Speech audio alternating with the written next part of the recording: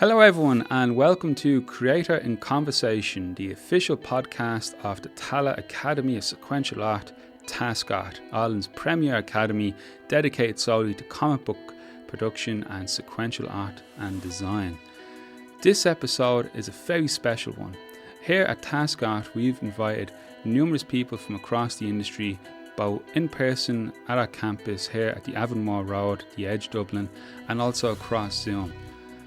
We host what we call masterclasses. In the past, we've been fortunate enough to host Mr. Todd Stashwick, Andrea Romano, Kevin Eastman. And today, we're adding one of the most prominent, one of the most influential, and one of the most important names in comic book history, Mr. Frank Miller. His contributions cannot be understated. Frank contributed so much during the 80s, particularly with the revival of the character of Batman in the seminal The Dark Knight Returns. He's also renowned for his work on Daredevil, which to this day influences the Netflix and Disney Plus series. And his creator-owned works such as Sin City and 300 have changed the landscape of cinema. We were really excited when he accepted the opportunity to visit Dublin and to connect with some of his roots, where you hear a little bit about our investigation in that field.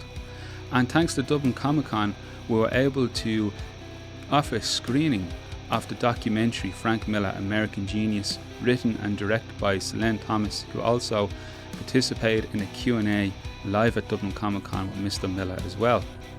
What you're about to hear in today's episode is a live recording from TASQ of Mr. Miller discussing his career, his influences and his process before a live audience consisting of Academy members, Academy students and some lucky few as well who are able to obtain a ticket.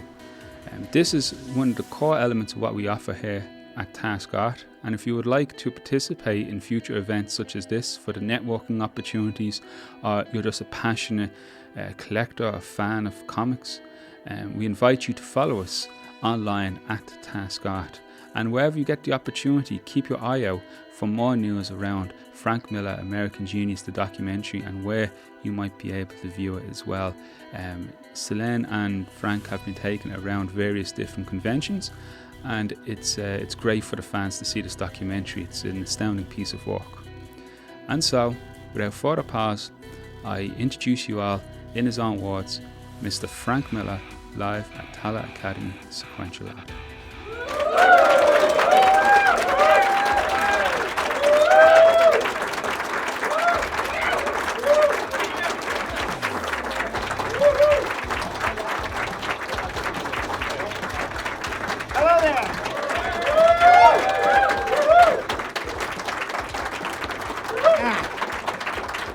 Good to see y'all.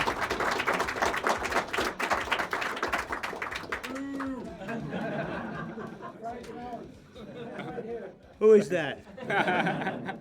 Kill him.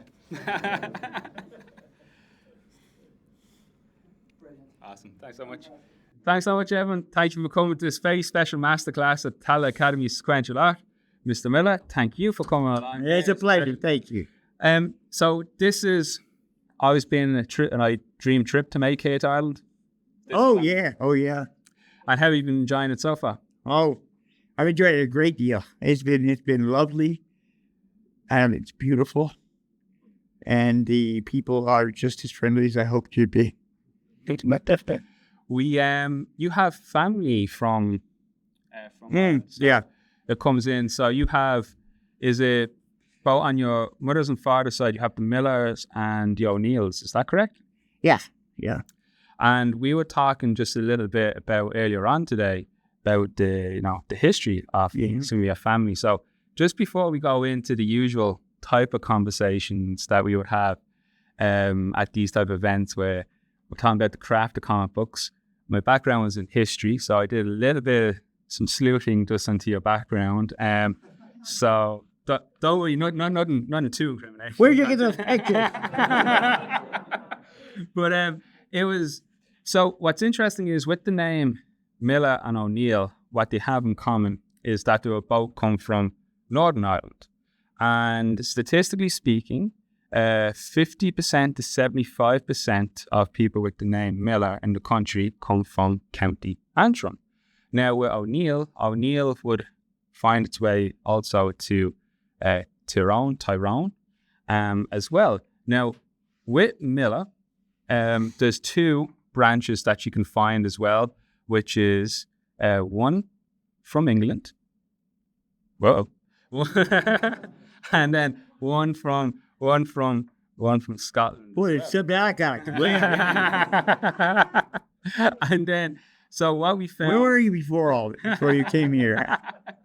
So when we looked into it, we think with the Miller and O'Neill lineage that it's likely the Scottish side onto it. So what we want to show you and present to you is, first of all, your family coat of arms, the Millers.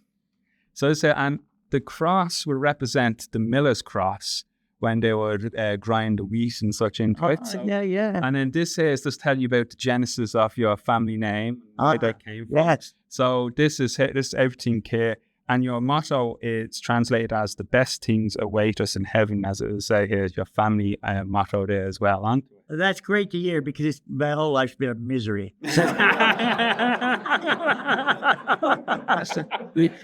And then obviously Miller is this one side, so it's also the O'Neill side of the family. So that's the we also have the O'Neill family crest for you as well, presented to you. Yeah. And so this has the entire history. And that's the spelling I got. So yeah. There's variations onto the spelling. You can go but this one was with the two L's onto it as well. Now, as I mentioned, we're County Antrim. Mm-hmm. We believe that would be the county where your family would have come from. So what we've arranged for is for you to have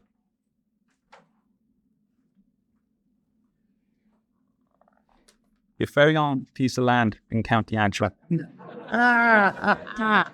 Here's the map for you as well.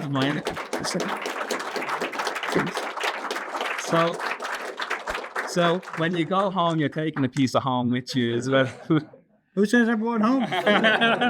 Who says I'm not home? So that was just really interesting just to explore into your family. And we leave this with you and you can, read more up and perhaps while you're here explore. Well, thank you much, sir. No worries, thank you.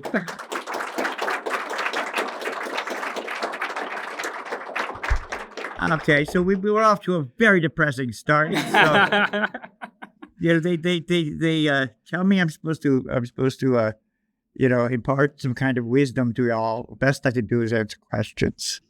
So it's like, all I can say as far as wisdom is from my experience, the words that my dear mother said to me have served me well. When I first told her that I showed her a comic book I'd drawn. I was 5 years old. I showed her a comic book I'd drawn, and I told her I was going to do this for the rest of my life. My mother, without batting an eye, she just said, "You can do anything you want to, Frank, if you set your mind to it." And so I passed that along to you as a little pearl from another generation because it's been my guiding light ever since. And so now I'm in your hands. Just in regards to your Irish roots and your work in comic books. Yes. Obviously one of your most renowned runs is with Daredevil, and in particular with a character like Murdock. He's often in the most recent of media as well depicted as Irish Catholic.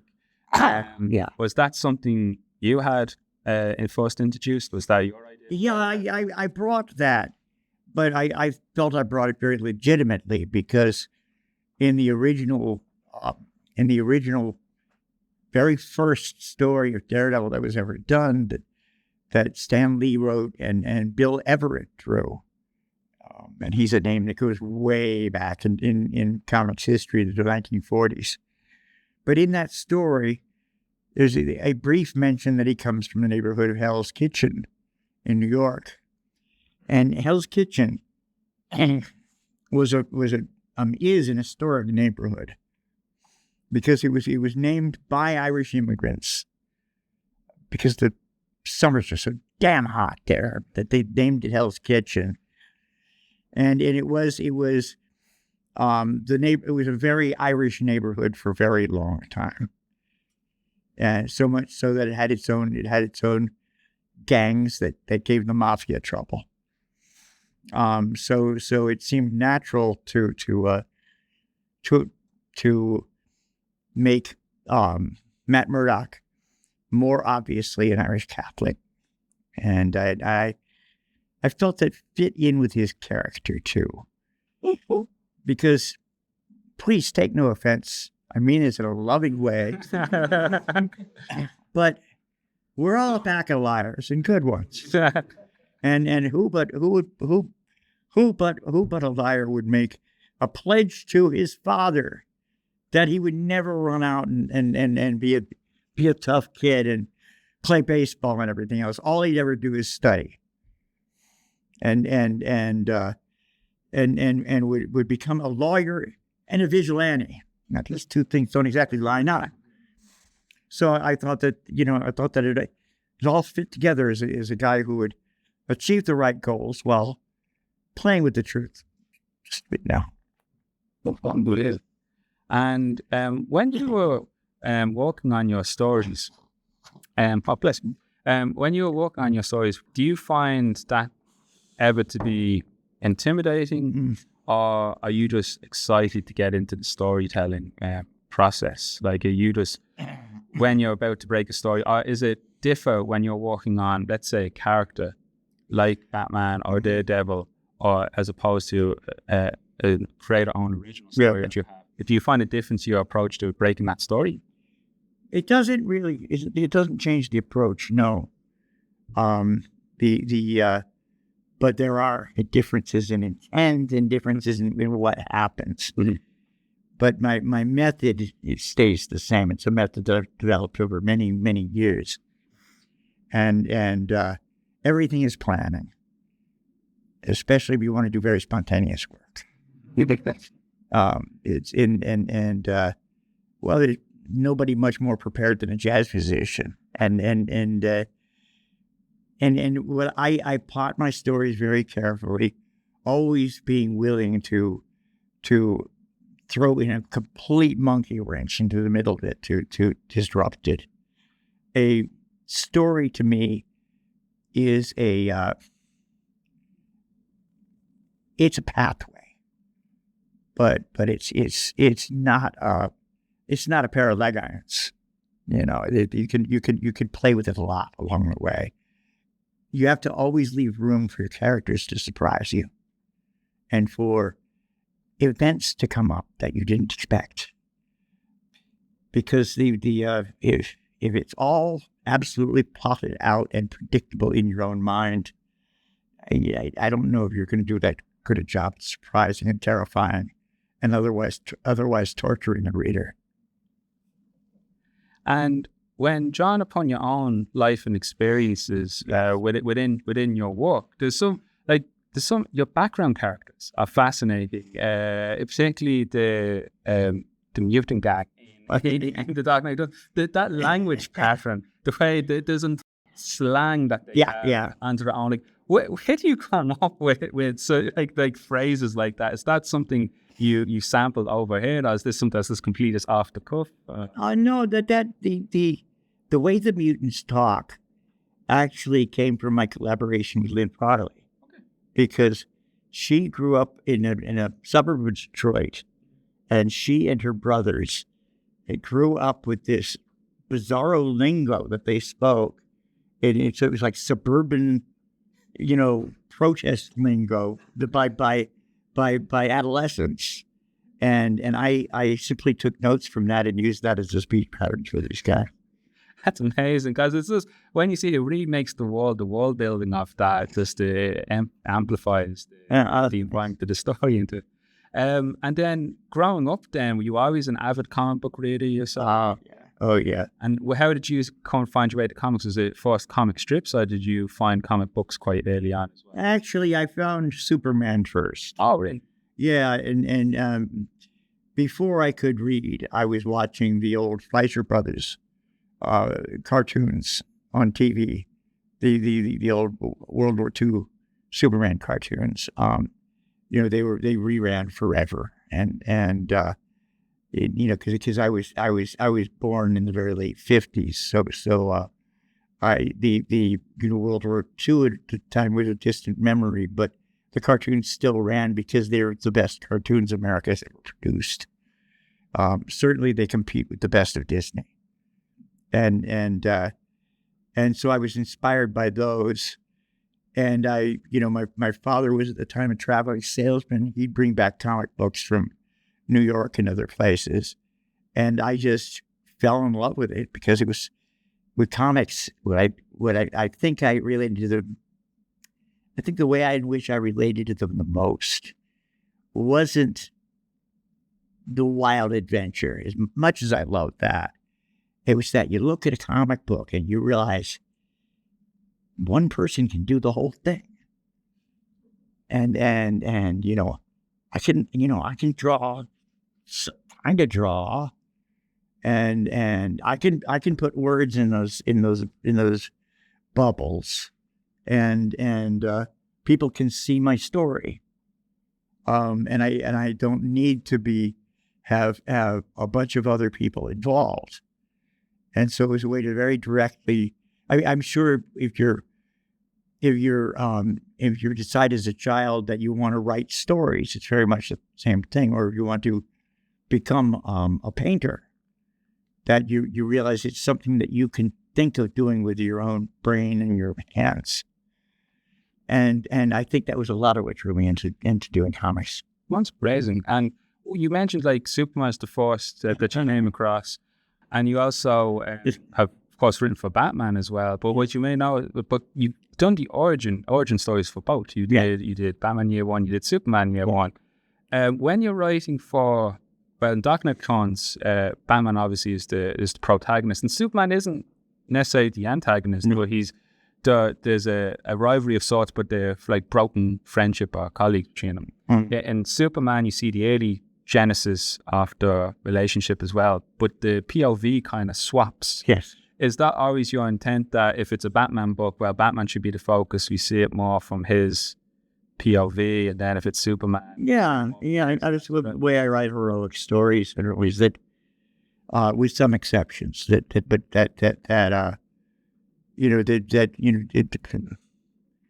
in writing these kinds of stories about these heroes, the world is the hero's world. That is, Gotham City is a projection of Batman as much as it is just a fictional, planned out city. It's a terrifying place. It's a place that's full of darkness. Whereas Metropolis looks kind of good when you're coming in on an airplane, and it's got its problems, but it's a shining city. And both, by the way, are portraits of New York City, but very different ones. And just actually, because you've done Daredevil, which is say New York Hell's Kitchen, then as you mentioned, Metropolis and Gotham are portraits of New York at different perspectives. Did you ever use reference from New York? Do you ever, because you also worked in the field of film and movies, did you ever take reference photography? Because now we take for granted, I can just take up my phone and Google somewhere, but how did you go about referencing these buildings? Were you sketching on the street? Did you take a picture and reference it? Well, all of those things. I mean, I picked up books of photography of New York City. And eventually I started actually going up on rooftops and sneaking up on rooftops and things with my sketchbook and drawing up there. But I then, of course, I reached the point where I could also, on top of the reference things, make up buildings using details from actual buildings, but bringing them into new configurations to create something that actually felt more like the city than reality does. And it is called cartooning for a reason. And there's also seems to be a real love for history in your works as well. Obviously with 300, but also just the way you write some of the these iconic characters. There's a there's a real sense of mythology, Yeah. and phrasing to like that. Do you always have a love of history as well? Growing up, was that the subject that you were fond of in school, or is it just something that you just come to recreationally as just a personal interest? Well, I was really blessed to have the parents I did because they had a lot of kids and they were determined to make readers of us all, and we had a pretty big library, considering there wasn't that much money in the house, but as having books was very important to them. And one of the things that was particularly great was that I had access to children's books, all the children's books, beautifully illustrated children's books that had been handed down over several generations. And again, it was another place where the pictures and the words were hooking up, and so all of these things were a good laboratory to cook up a cartoonist. Amazing. And in terms of the other medium as well that you've worked in so prolifically, film also. Mm-hmm. So what was some of your favorite films growing up, or influences like in movies that you would watch? Like when you're working on that same way with comics, you would have, you mentioned Superman was the first you came to. What was the first film that really left an impact with you? The first film that got left an impact with me was an old Western starring Gary Cooper called High Noon, which still remains one of my favorites. It's the simplest thing in the world. It was all shot on a Hollywood backlot, it's a wonderful, clean portrait of a pure hero, who is willing to face terrible odds and stand up for what was right, even though the entire town.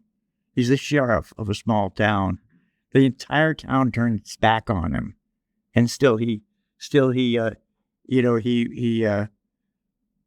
the right thing to the end. And I remember when I saw that, it stuck with me as a real piece of meaningful work to my young mind. It wasn't all that much later that I went with my older brother and my father to the movie theater in my small town in Vermont and saw a movie called The 300 Spartans, which told the same story that my 300 did, and I vividly remember asking my father if the heroes had really died at the end. And his solemn answer, "I'm afraid so, son." And that to me was just absolutely it was a miracle of a moment when I stopped to think of heroes as being people who were more powerful than everybody else, and the hero as being someone who did the right thing and was willing to put his own life in total risk for it. And that changed my entire point of view of where I was going to go with my work. Oh, amazing. And do you always have in mind that maybe I would also work in film one day as well? Or was that just a happy development of your career within comics? Because it strikes me that you always wanted to, like, comics is where you wanted to be, and like that. It was a happy development along the way. I was invited in to work on the RoboCop sequel, that taught me about how deep the relationship was between the two. Yeah, and it's the thing about working on a movie, even one that isn't received terribly well, is a bracing, thrilling experience, and it makes you want to do it again. So yeah, after that, I was really more than intrigued. And in terms of the collaboration or the process, I should say, between film and comics. Obviously, when you're writing for like the teams of hero and villains, they would be pretty much the same, but you did in film or in a comic book. But other than that, you mentioned earlier on that with a comic you discovered you had control over the imagery and words. With film, obviously, far more collaborative experience as well. But was anything in particular you saw comic? Because obviously with film, it begins with the storyboard. So was there much that you found, like it has a script and it has a storyboard, was there much more that you found similar beats you were hitting when you were starting to make a comic? Oh, yeah. I mean, what do you ask? When you're making a comic and making a film, is there similar beats between the two? There are, in the broadest strokes, there's nothing but similarities. In the details, there's nothing but differences. Because it's as I said before, a comic can be done by one person. A film is it's like you're talking about taking an entire town to make something, and they all have to agree on what they're making, and the communication's got to be at a fever pitch, and in a good production, the crew is a community that is living in this story. And I mean, it's a wonderful thing to be part of. So I would say the experience is radically different. Excellent. And when it comes towards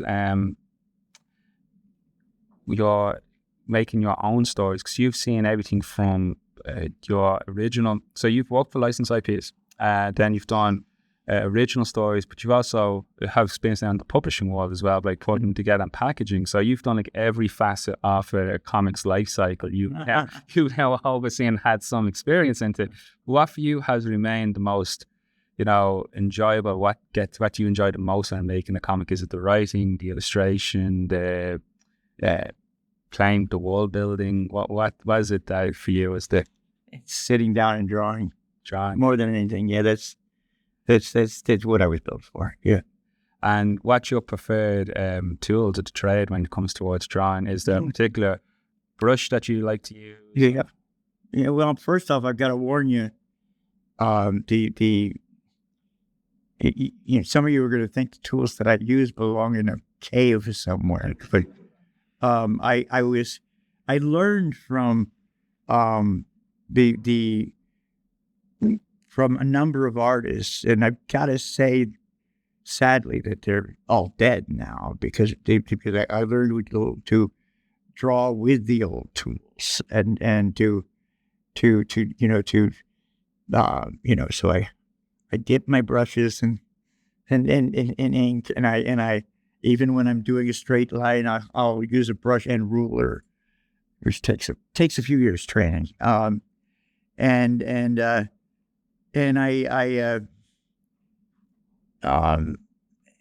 don't, I don't talk to a computer while I'm working. It's just, to me, that would be very alien indeed. And I am in love with the feeling and smell and look of drawing on Bristol board. And in terms of yourself, do you still read in comics? Like you were here at Dublin Comic Con just this weekend, just yesterday, and you were checking out some of the Irish comics. Yes, there's something like, so when you go, you like to see what the... Oh, yeah. You still enjoy looking for a good story? Oh, yeah. That leads you onto it. And what's some of your favourite stories to read recreationally yourself now in your pile? Is it just, do you pick it up as you go, or do you still... I kind of pick it up as I go. Yeah, it's some things will leap forward to me, and it's like, but I'm not the last fiercely on any given title or anything right now, but there's a lot of good work coming out. It's amazing. And it's a very good time in that the stuff that's worth having around from times past is available. Unfortunately, a lot of that stuff isn't worth looking at. It's still available too, but and there's a ton of stuff coming up. As ever, most of everything is not necessarily worth your attention, but there's enough coming out, so there's some real pearls are surfacing. Yeah. And you mentioned like some of the other creators, like who are some of the biggest influences on you, would you say, in your career that you always looked up to for inspiration? Well, yeah, I mean, I think that the first name that I'm going to bring up is one you'll hear from just about anybody with a shred of honesty in my field, which is Jack Kirby, who he really gave us our language, and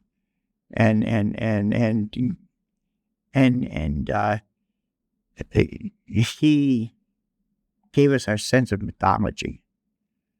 But I also learned a great deal from the work of Will Eisner, because he really brought a sense of cinema to comics that they hadn't had before. And beyond that, there's a host of people. If you pick up the wonderful editions of Russ Cochran's EC Comics, you'll see a host of terrific artists at work. It's a field that's been blessed with a lot of terrific talent. And the problem is if I start listing everybody, you're all going to be asleep. I understand, absolutely.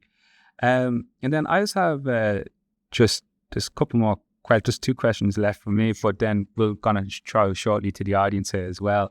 But one is, when you were writing Dark Knight Returns, you depicted an older Bruce Wayne. But then when you were depicting Bruce Wayne, then that you were like a younger creator then when depicting like an older, and then now in your career you would be where Bruce would be like at that stage of writing. Does the perspective from when you were depicting that character pivot from like when if you were to go back? Oh yeah. Right now? Yeah. So when you write, like what would you see, like when you go back and maybe read back over your stuff from your perspective, the characters and all, does that change? Which is the like a piece of Miller in the characters that when you go into you can't go there. You can't go there because it's like, I'm not going to second guess me at 29. You know, that was me giving it my best shot and believing everything that I did, and what you get now is me now doing exactly the same thing with different results. So it's the main thing is that you have to stay completely alert and completely alive, and take your job as seriously as you're capable, and that way you're going to do something worth looking at.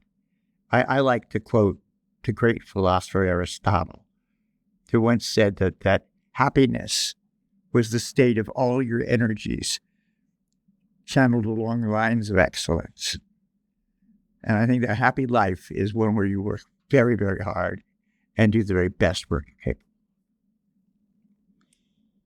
can. And then just one last one, the illustration side and changing your style.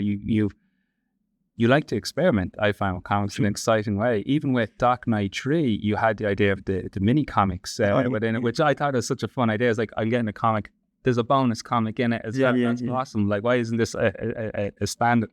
And then your approach to breakdown, is that fun for you, the experiment? Oh, yeah. I love playing with all that stuff. Yeah. You know, it's endless fun. And the thing is that comics are kind of like the scrappy little medium that has to pull all the tricks to get anybody's attention, because it's clear that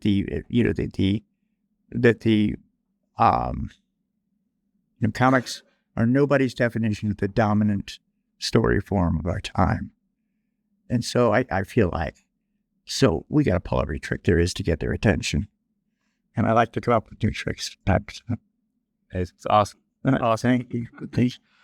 Thanks for checking my questions. And now I want to throw the floor to you guys with your questions. So I sent out saying folks who might have questions to send in. We have a couple. I'll just start. You can raise your hand as we go along. I was going to start with James at the start here, who had sent in. So James, you had a question to throw? Yeah, I have I think a difficult question, so I hope you don't mind me asking it. it's pretty clear that 9/11 had a huge effect on you. Yeah. Absolutely, without doubt. But it's also clear that, hearing you yesterday, you've come through quite a lot now. You have a very positive outlook, and I think everyone's heard you being so positive here. Yeah. Like, do you find that the memories of that time, you're just empowered to go forward, or is it just still very sad for you? Oh no! You cannot stay with that kind of sadness. It's or that kind of anger. One of the things that I certainly learned through that and through other things is that holding on to and bathing yourself in anger is a form of slow suicide. And so it can be fuel, even, it can be fuel, and it can make you more powerful in a creative sense. But ultimately, if you're not embracing your work as a source of joy, then you better get another job. Thank you. You bet. Thanks for the question. And then we have another question on the floor. The Dark Knight Strikes Back. So I love that book. It's Thank you. Crazy. And it's just, there's so many great character things that you do in that. People have different opinions about it at the time. Like, how do you feel about it now? And to the reaction that it had at the time after that huge expectation from The Dark Knight Returns. And it goes in this completely crazy different direction. Yeah. I kind of evangelized that book to lots of people. But I just love to hear you talk about it. Well, don't ask me to come back on stage and do the same routine. Okay? I mean, it's like I love both books. They're very different books, but they had to be. Brilliant. Thanks so much. And so you have a question? I have seven. So Here we go. it's true you and Bill Sienkiewicz and Walt Simonson used to share a studio years ago. No, Walt Simonson and Howard Chaykin and I shared a studio. And I'm curious, and you work on your own now, do you? On your own? Yeah, come in the studio. Do you find that maybe there was something special about having other artists around you? Oh, it was great. I learned a lot, especially at that period in my career. It was real good to have their influence around. Like I said, I learned a hell of a lot, and I got some real nice criticisms from Walter and some real nasty ones from Howard. I'm the nastiest one. Not from these lips. Awesome. Thanks so much. Yeah, good. So you've had, over your long career, the chance to obviously work on your own stuff as a cartoonist, but Yeah. also to collaborate with a number of other artists. Yeah. How would you define, or how would you describe the difference between you as a collaborator, so when you're writing for someone else, and then when you're writing for yourself, and when you're just in that space? It's very different. It's very different. It's because when I'm collaborating, I do have the other person in my mind a lot, and I am playing to I play to things that I think will get a reaction out of them, and so on. So it's performing in a duet rather than doing a solo. Thanks so much. Yeah, just in the back.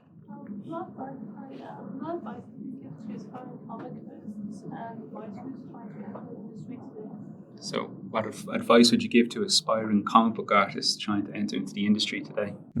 Don't. No. I would say you got venues that I didn't have. You got ways to meet, the publishers and all. That these conventions are now popping up everywhere, and there are ways to get much more in communication with the publishers. So I won't go into that part of things, but I will say that the most important advice I'd give is, first off, to figure what kind of story you want to tell.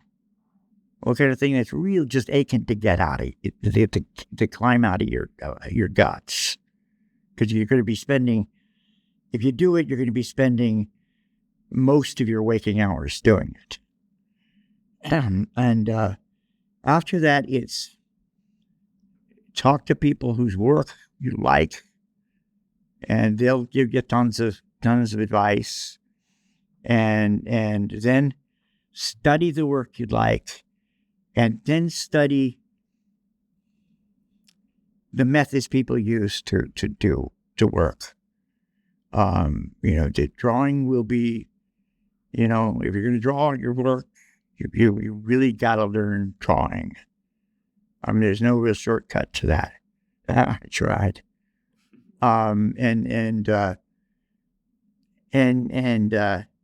Storytelling can be learned from everywhere, from every cartoon, movie, book you read, etc.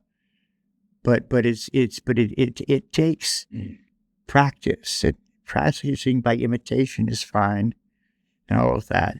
And also places where they teach the job. Look into those. Like I said, there are a lot of them around. Thanks so much for the question. Thank you, and good luck. Yeah. 2 questions, 2 observations. First, one, you mentioned a little bit earlier on the smell of an old Bristol board. It's more than I think people say. It's comic art. Or you look at it's much more than the visual. The smell. It's just incredible stuff. That's 50, 40 years old. The smell that you get when you it's rotting wood. Yeah, it's made of wood. And the second observation, I'm lucky enough to know Bob Hall, who you would have come across, I'm sure, in your time in Marvel many years ago. And Bob Hall, yes. He said exactly the same comment about that you made about you have to learn to draw. Yeah.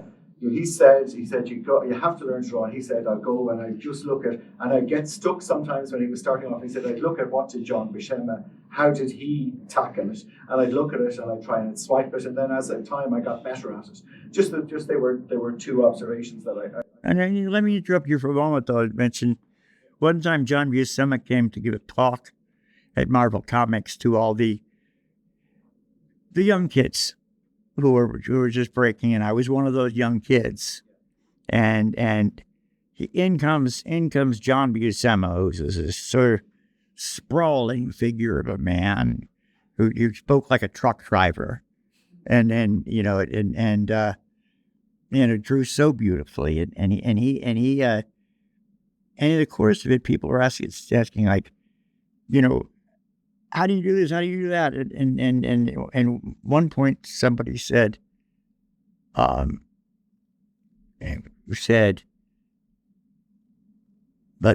yeah, someone asked him how he was able to draw a particular figure, and he said, I've been doing this a while. If I can think of it, I can draw it. I've never quite heard those words out of anybody, and I certainly won't speak them myself. But it's very funny how this guy who really did talk like he was talking shop in some waterfront saloon was capable of drawing the Silver Surfer. So anyway, you were still going. Yeah. So 2 questions. One is, I wonder, do you have any sliding doors moments? Is there something that you think, God, if I got if I, looking back, I'd like to have done, or I wouldn't have done, that was one. And then I'm also wondering, when you pencil your own work, do you prefer to ink it, or who do you like to ink your work? Okay, first off, sliding doors moment. This is a movie from the early 1990s where the premise of the movie is, the girl gets on the train and her life goes one way, and a girl gets on the train and her life goes a different, or doesn't get on the train. So you're going back and doing something differently or whatever? Yeah. No. Oh, great. There's so many new things to do. Yeah. And now, once again, with the brain, what was the last thing you asked? Do you prefer to ink your own work? Oh, Like someone else? I like to do it myself, yeah, because I regard the pencil drawing as just being a setup for inking. On the other hand, there's certain people, if they want to team up, anytime I've done it with Bill Sienkiewicz, it's been a thrill a minute. Thanks so much for those questions. So. Do you mind if I ask you 2 questions? You may ask me 2 questions. The first one, I was wondering, I'm more of a writer than I am an artist. Right. Would you have any advice specific to a writer trying to break into the industry today? Yeah.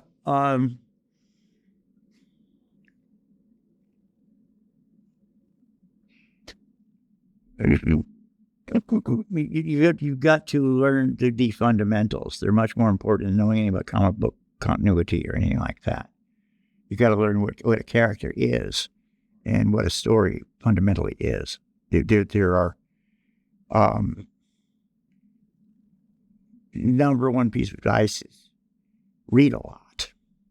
Read a lot and think about how you're reacting to it and why this moment hits you.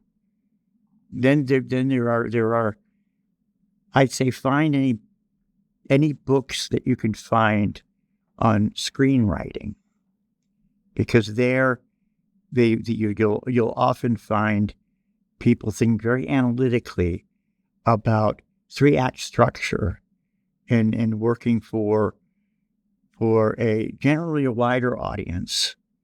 I mentioned one name I like to mention is Sid Field.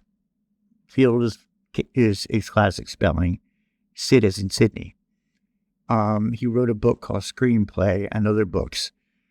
And he wrote a very clear, simple little book along those lines. But you'll find others if you look that one up. Okay.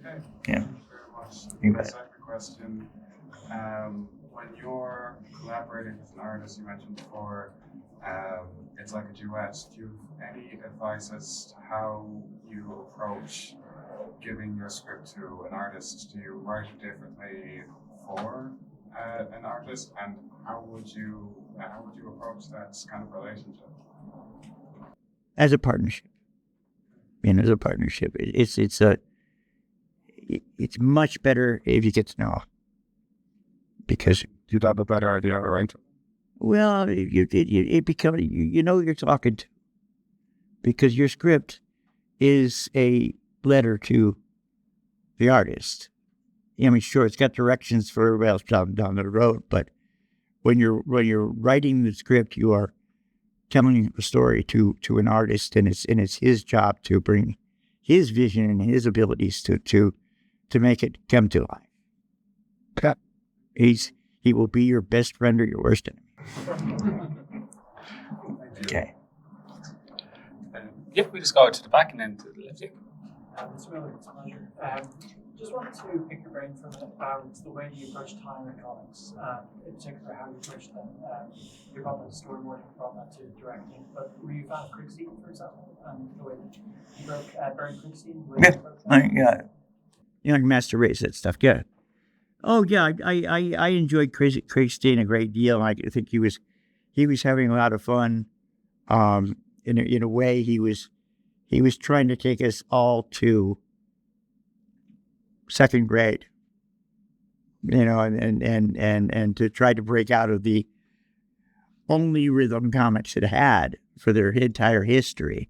But Steranko did much of the same sort of thing, and it's been a progression that we've all been part of.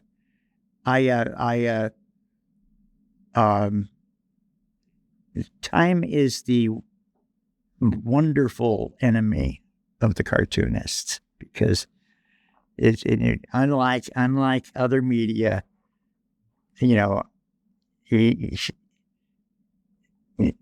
time is the enemy in comics. It's like the reader can buzz through a comic book in a few seconds, and if you don't pull every dirty trick you've got to slow them down, you won't have done your job. So it's like you've got to. I believe in. I approach the writing, and the penciling, and the inking, every step of the thing is much of my effort is an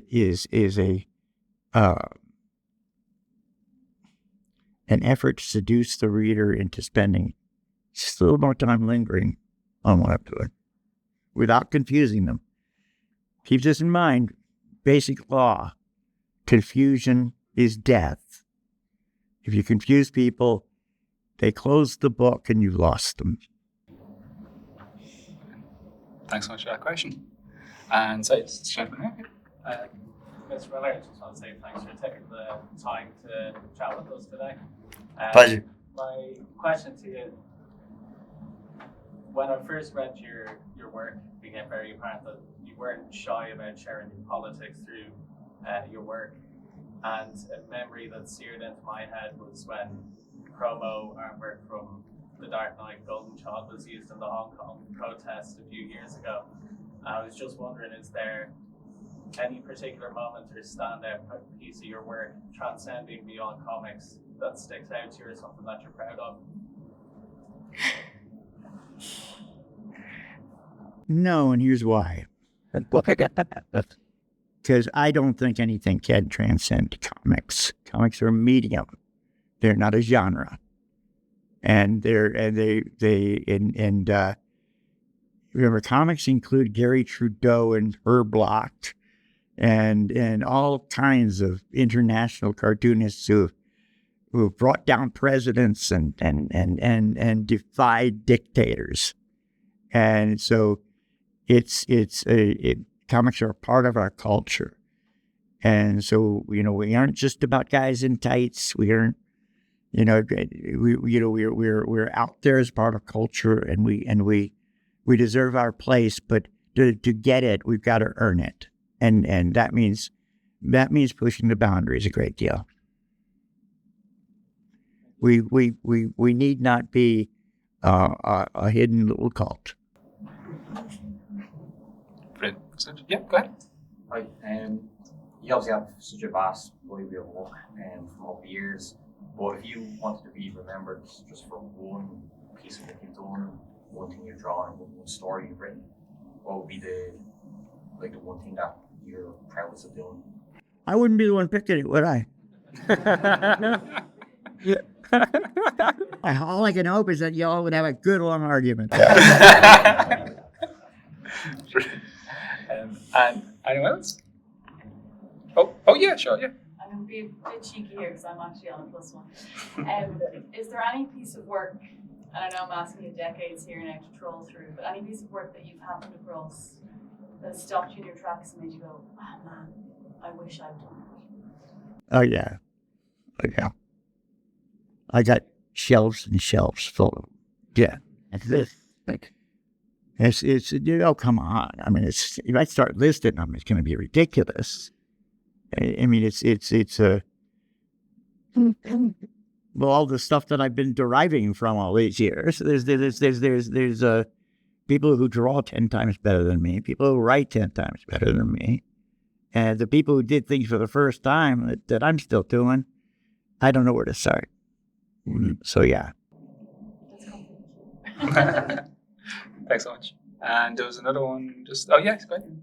Mr. Miller, is there any plans to do any more of your Frank Miller Presents books? Is there what? Any plans to do any more of your... Oh yeah.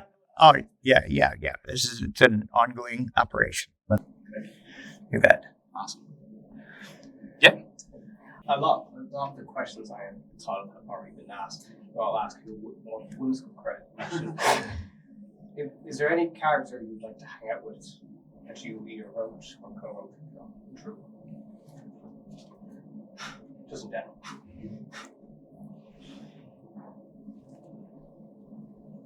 Well, D'Onofrio seems like a cool guy, so I'd love to hang out with him. And it's a kingpin. You bet. Awesome. But I don't want to hang out with Bullseye and no, not Elektra either. A little way too complex. Yeah. Just checking. I think we're going to the final question now. I'm just checking if there's anyone else. Super. Then, if you go ahead, yeah. I was talking to Tom Brevoort once, and he told me that Man Without Fear was originally going to be a film script, and it didn't work out, and he made it into the. Is that how you remember it? It was originally going to be a TV pilot, and I wrote a treatment, and it was my first attempt at doing anything of the sort, and the main reaction to it was, oh my God, we didn't ask for war and peace. that not a direct quote, but that's pretty much what it was. Is that it was so complex and involved, and it would be so lengthy but I showed it to Ralph Macchio at Marvel Comics, and I said this might be fun to do, and we hooked up to John Romita and just got rolling on it. Did the how it started change how you made it? Like, I mean, to rework it as. Well, I mostly what I did was I added things. I started just sending John, here's an addendum, and which ended up adding about half again as much material as what the original story was. And he just kept rocketing through those pages, doing gorgeous artwork. And it ended up being a massive piece of work. Brilliant. And so I think there was, we go ahead and then back. Yeah, go ahead. Scott and I always use the first page of Dark Knight as one of the best examples in good. The whole story is there on the first page. It's Bruce there. He's need to die. No, I'm not ready to die. I'm gonna keep living. So it's a great page, and shows a lot about how how I see you approach the comics in general, like with different ways to approach a story, to see a story in a different way. It is something that comes naturally, or how do you approach the medium itself? You go story first, or you try to do different tricks, as you call them? No, the tricks come last. The very first thing is the problem, the conflict. Even before I know who the hero is, I usually know what kind of trouble he's in.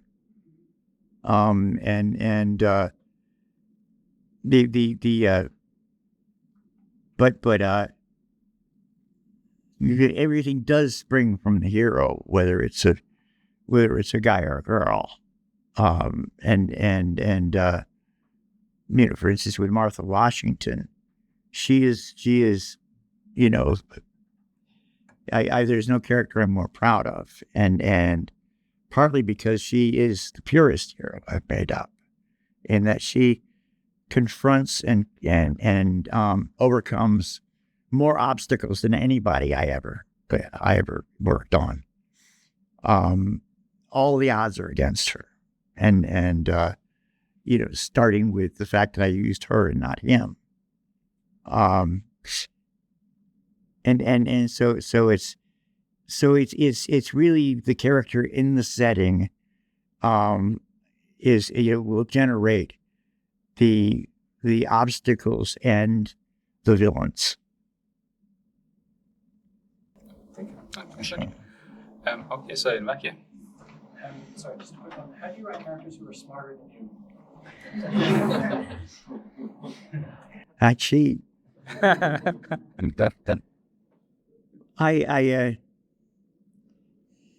It's a wonderful question.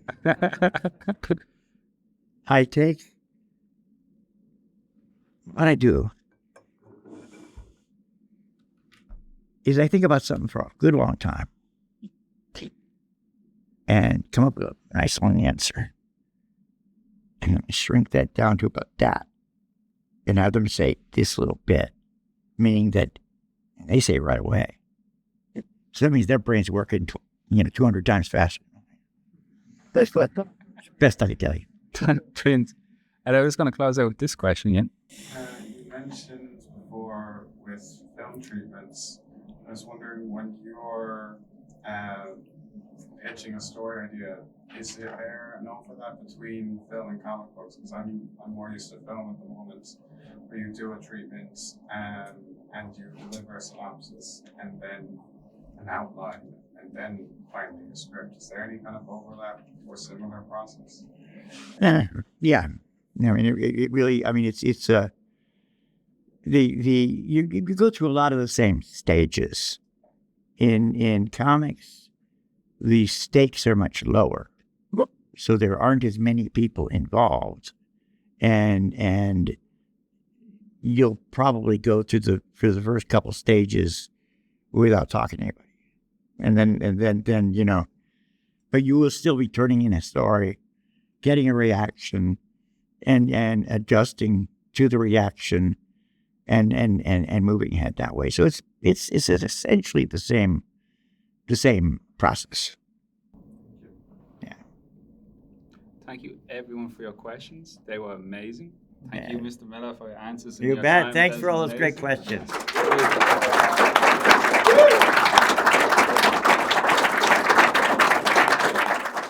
Many, many thanks again to Mr. Miller for taking the opportunity to speak here at TALA Dublin about his career, his influences, his processes. This was a once-in-a-lifetime opportunity. He was so approachable, so generous with his time. After the recording you heard, he spent time with everyone who wanted to talk to him, get a book signed, even reviewing some of the portfolios of individuals who came up to him. This is definitely going to be a moment that we will, of course, be talking about here in the Irish comics community for a very, very long time to come. And again, many of us would not be in the industry today if it were not for the contributions and work of Mr. Miller. So this has been a once-in-a-lifetime opportunity.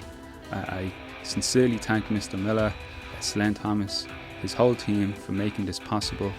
And we hope this isn't the last time that Mr. Miller visits here in Ireland as well. If this is your first time following Creator in Conversation, please consider liking and subscribing to our YouTube channel or wherever you get your podcasts.